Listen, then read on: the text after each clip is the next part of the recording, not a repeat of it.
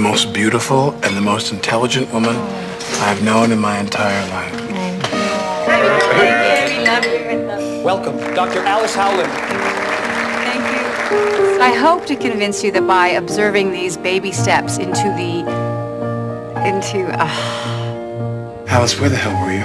Lo que estamos escuchando es el tráiler de la película Still Alice, que ya fue estrenada en nuestro país y que protagoniza la ganadora del Oscar, Julianne Moore. Y la estamos escuchando porque este estreno ha hecho mirar con mayor atención tal vez la ocurrencia de casos de Alzheimer, particularmente antes de los 65 años, lo que se llama el Alzheimer precoz en nuestro país, pero también la ocurrencia de estos casos en el mundo. Según algunos expertos, la cifra ha ido aumentando y vamos a conversar del Alzheimer precoz con la doctora neuróloga de la Clínica Alemana y del Hospital Clínico de la Universidad de Chile, Mariana Sinin. ¿Cómo está, doctora? Buenas tardes. Muy buenas tardes, muchas gracias por la invitación. Buenas tardes.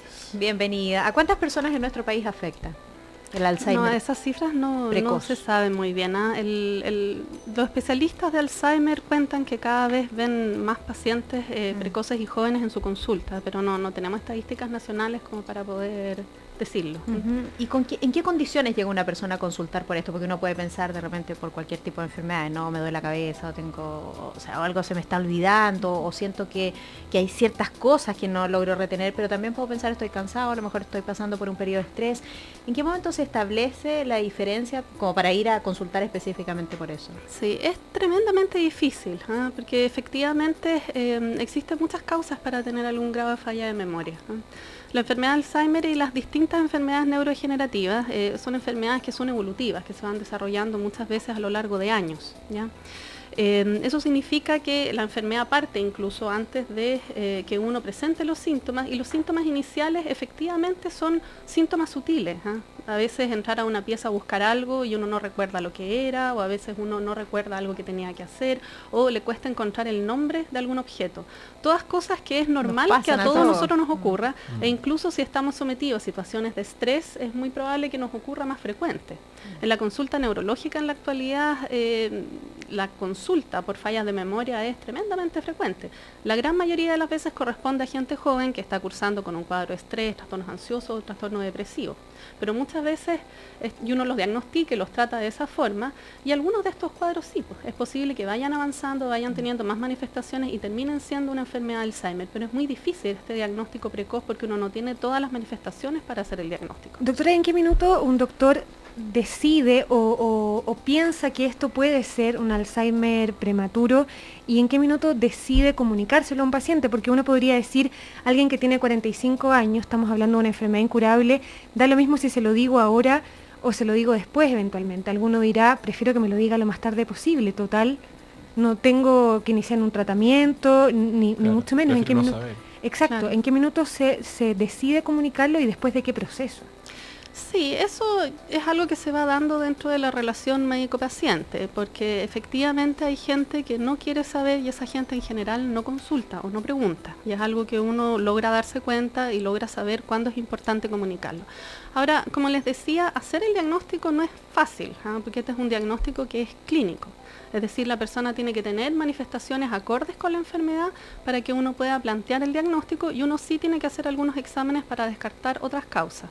Entonces, efectivamente, uno cuando tiene la sospecha, básicamente lo que hace es hacer un seguimiento del paciente y va viendo la evolución. Y en la medida que la evolución va siendo progresiva, es decir, va presentando cada vez más fallas de memoria, va presentando un trastorno de lenguaje, de función ejecutiva y distintas funciones cognitivas superiores, y esto afecta su vida, porque esos son los criterios que utilizamos, uno ya puede plantear el diagnóstico. Pero eso no es fácil, De hecho, nosotros catalogamos, una persona normal, como les digo, la enfermedad parte años antes de que uno tenga los síntomas, es decir, primero es una persona con una funcionalidad normal.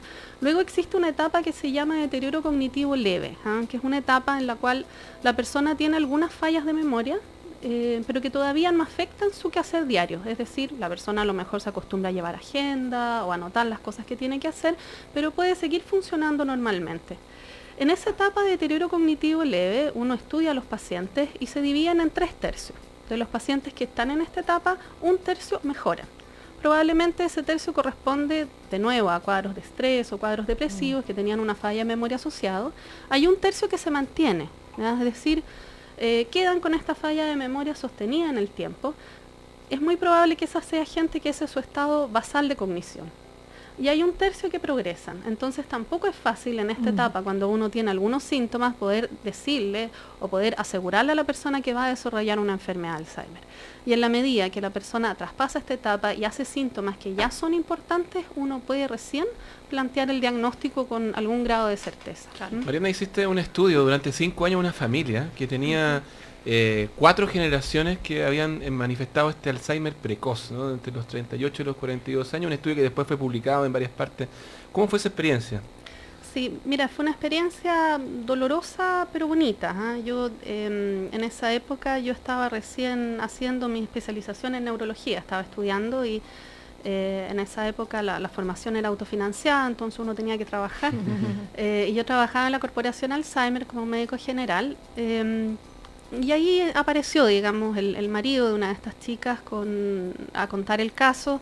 Ellos tenían bastante claro que aquí había un tema genético porque efectivamente se contaba en la familia que el padre había fallecido alrededor de los 40 años de un cuadro bastante raro en Argentina, pero que tanto la abuela, incluso hacia los bisabuelos, ellos tenían recuerdo que en esta familia siempre habían algunos familiares que presentaban esta enfermedad extraña. De estas 4 generaciones eran 10 miembros, ¿no? Que presentaron esta... Claro. Cuando hicimos la historia, nosotros por supuesto no los conocimos a todos. Cuando hablamos de las 4 generaciones, hablamos más bien de la historia que ellos nos cuentan. Al padre nosotros no lo conocimos, él falleció en Argentina, pero ellos consiguieron exámenes de allá, incluso a él le hicieron una autopsia y le hicieron un estudio del cerebro y se definió, digamos, que lo que tenía era una patología concordante con enfermedad de Alzheimer, o sea, el diagnóstico estaba bastante bien confirmado. Y nosotros los que conocimos es a la generación actual y a la madre que es sana, y a ellos y a una prima, que también compartían otra rama de la enfermedad, y que ella también estaba afectada en ese momento y que era la prima con la cual tenían ellos relación en este momento. Perdón, decías doloroso pero bonito también. ¿En qué sentido bonito? Por el vínculo humano, por el vínculo humano. O sea, se fue dando, bueno, ellos venían, como digo, con esta situación bien compleja. En esa época esta prima estaba en una situación bastante terminal de la enfermedad. Había otra niña que estaba en una etapa de una enfermedad de Alzheimer moderado, que llamamos nosotros, o sea, con síntomas ya presentes, pero todavía capaz de su autocuidado, y una niña que venía con alguna sintomatología ansiosa, un poco psiquiátrica, que así es como se manifestaba el cuadro en ellos en particular, inicialmente, y que fue desarrollando la enfermedad después de eso. Nuestra familia era gente bastante humilde, ellos no tenían la posibilidad de acceder a hacerse examen, ellos estaban esperando una derivación, digamos, a través del sistema público, y nosotros construimos este estudio en gran medida para ayudarlos a hacerse los exámenes, confirmar el diagnóstico.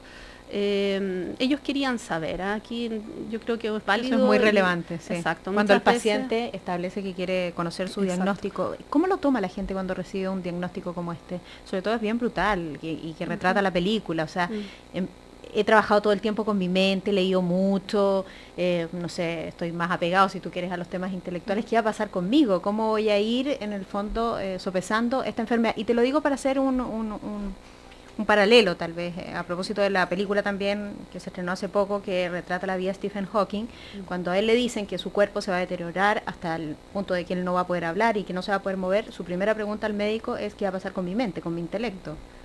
Sí, lo que tú dices es súper relevante. Efectivamente, uno pone énfasis en la vida en distintas cosas, y probablemente mucha gente en la actualidad pone el énfasis en el acto intelectual, y efectivamente en el Alzheimer uno va a ir perdiendo este intelecto y se va convirtiendo básicamente en un niño. Es como casi desandar nuestro desarrollo habitual. También uno conoce otra realidad. Yo les cuento un poco la realidad de esta familia y mucha realidad que uno atiende en el Hospital de la Chile, que es mucha gente que pone el énfasis de la vida en los afectos. Y en ese sentido, en la enfermedad de Alzheimer y en estas enfermedades, el vínculo familiar se mantiene y el reconocimiento de los afectos se mantiene mucho tiempo. Ahora, para una persona, efectivamente, para quien el intelecto es su gran punto y su gran desarrollo, recibir este diagnóstico es devastador. Probablemente quizás lo único positivo de saberlo es poder prepararse y poder hacer todo lo que uno quiere hacer antes de, y poder planificar a lo mejor el cómo uno se despide. Y poder Pero preparar al entorno, eventualmente. Exacto. Estamos conversando Sí. con la neuróloga de la Clínica Alemana del Hospital Clínico de la Universidad de Chile, Mariana Sinning. Doctora, decíamos al principio que efectivamente los especialistas reportan cada vez más casos de Alzheimer precoz o de personas de menores de 65 años que se presentan con esto. Mi pregunta apunta a cómo reacciona el sistema de salud, el sistema laboral, todo lo que rodea a una persona que tiene una enfermedad, por ejemplo, a los 45 años, cuando es activa laboralmente, cuando está criando hijos, por ejemplo, el tema de las licencias médicas o de las jubilaciones anticipadas. ¿Cómo funciona el sistema con respecto a eso? Sí, efectivamente es complejo porque estos casos, si bien son más frecuentes, todavía son bastante excepcionales. Claro. Y efectivamente cuando uno hace una licencia de una persona, imagínate, de 45 años, 50 años por enfermedad de Alzheimer, probablemente lo primero que se piense es que no es así. Y que el COMPIN se la va a rechazar o le va a pedir Exacto. millones de pericias. digamos. Exacto, le va a pedir peritajes. Ahora, yo pienso que el sistema a la larga funciona. Yo he escuchado de algunos casos, sí, que efectivamente es complejo y que los peritajes les hacen varios peritajes y en algunas veces los médicos no necesariamente creen que es una enfermedad de Alzheimer, porque de nuevo el diagnóstico es difícil y se asocia también a muchas veces a esta comorbilidad psiquiátrica que hace que a veces no sea tan fácil definir dónde empieza y dónde termina. Hay un tema que tiene que ver con lo familiar o lo social, porque se ha dicho también que este es como el mal del olvido. Entonces hay una cosa social con respecto a que una persona que conociste de una manera termina siendo otra, ¿no? Y se olvida de las cosas que son las cosas vinculantes, ¿no? Pero hay un tema con esos familiares que tienen que cuidar a estas personas 24 horas al día y que cambia. Es como que la familia es la que padece el Alzheimer, no solamente una persona. Eso en Chile, en otros lugares los institucionalizan, Claro. pero en nuestra realidad efectivamente es así. La enfermedad de Alzheimer es ¿Qué una significa lo enfermedad institucionaliza? en hogares de ancianos, hay otros países, Profesionales. claro, en donde hay varios modelos, digamos, hay países en donde está muy bien organizado el sistema de los hogares. Hay lugares, por ejemplo, como España, que tienen un modelo muy interesante que se ha planteado, que quizás sería útil en Chile, pero que no ha logrado hacer eco, que son los hogares diurnos, que en el fondo el familiar lleva al paciente en la mañana a un lugar... Como una en guardería, donde, digamos. sí, pero no solo un lugar en donde estén, sino que también un lugar en donde sociabilicen, se estimulen y estén en las mejores condiciones y luego lo va a buscar en la tarde. Efectivamente, la enfermedad de Alzheimer en Chile se vive dentro de la familia y se vive en gran medida a puertas cerradas, porque los pacientes... ¿Pero por un tema tabú o es un...? Por un tema, uno lo ve incluso en la gente conocida públicamente, que en general los encierran y no Sí, quieren que los vean nunca sí. más Porque quieren está que muy se- mayor. Exacto, no, Porque porque que se guarda quede el otro recuerdo, recuerdo. claro, que se guarda el recuerdo de lo que la persona era y no quiere que se vea este deterioro, y porque los pacientes tienen a veces manifestaciones bien complejas, o sea, hay etapas de la enfermedad en donde se ponen violentos, en donde se sacan la ropa, en donde son tremendamente inadecuados. Entonces eso a la familia le gusta o prefiere esconderlo y prefiere que no se vea, pero eso hace que también se viva en un aislamiento muy grande, y muchas veces uno tiene a este cuidador principal, que puede ser un hijo, que puede ser la señora, que también vive este aislamiento con esta persona que a veces no lo reconoce, lo agrede, a veces no duerme en toda la noche, Qué en el doloroso. día Es se muy agita. triste, muy doloroso. Ujú. Y hablando de la tristeza y del dolor que involucra esto, vivirlo en una sociedad como la chilena, retroceder tal vez un poco y aprovechar la consulta que estamos realizando acá, doctora, porque yo sé que debe haber mucha gente a la que voy a interpretar, que muchos adultos mayores empiezan con demencia senil, no necesariamente con un diagnóstico de Alzheimer, se les olvidan cosas.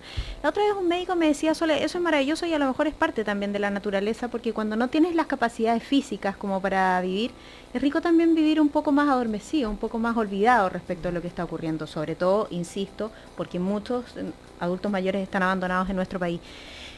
¿Qué se le puede aconsejar a la gente que está a cargo de esto? Y que generalmente son mujeres además, que tienen Claro. que hacerse cargo de sus padres, de sus tíos y de la gente que va envejeciendo. Claro. Por supuesto que esta es una enfermedad que va evolucionando y tiene etapas. Hay una etapa inicial en donde la recomendación que uno le da en general para el cuidado es que los traten de mantener activos. O sea, no que los cuiden y que los sobreprotejan, sino que generen una cierta vigilancia. Quizás hay cosas que no puede hacer, a lo mejor es bueno que les manejen los remedios para que no hayan errores, es bueno que no vayan muy lejos de la casa solo, pero al revés, que la sociedad los proteja y que logren que se mantengan activos. Efectivamente hay un momento de la enfermedad en donde ya requieren un cuidado más cercano y que es difícil, ¿eh? Y ahí es súper importante para nosotros lo que denominamos el cuidado del cuidador.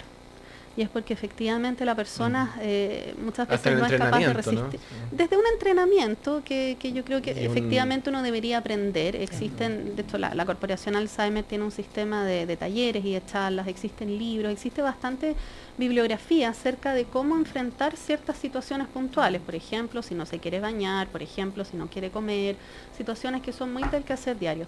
Pero también hay que acordarse que el cuidador tiene que descansar. Y eso que a todos nos parece muy lógico, es algo tremendamente difícil, porque así como ocurre muchas veces entre los niños chicos y la mamá, aquí también se va generando una situación de interdependencia, y muchas veces al cuidador se le ofrece, mira, sale un día y yo me quedo con él, y no quiere porque considera que es la única persona que lo puede cuidar bien. Y uno tiene que entrar a romper ese ciclo, y es súper importante que el cuidador logre tener un tiempo para sí mismo, porque si no cae en una depresión y muchas veces cae en irritabilidad y a veces incluso en agresión. Se agobia, ¿no? Se agota. Bueno, muchas gracias Mariana por haber estado con nosotros. Mariana Sinning de la Clínica Alemana y del Hospital Clínico de la Universidad de Chile, que no nos olvidemos de eso. Gracias, vamos a recordarla. Muchas gracias por la invitación. Nos vamos a la pausa y seguimos haciendo GPS en Cooperativa.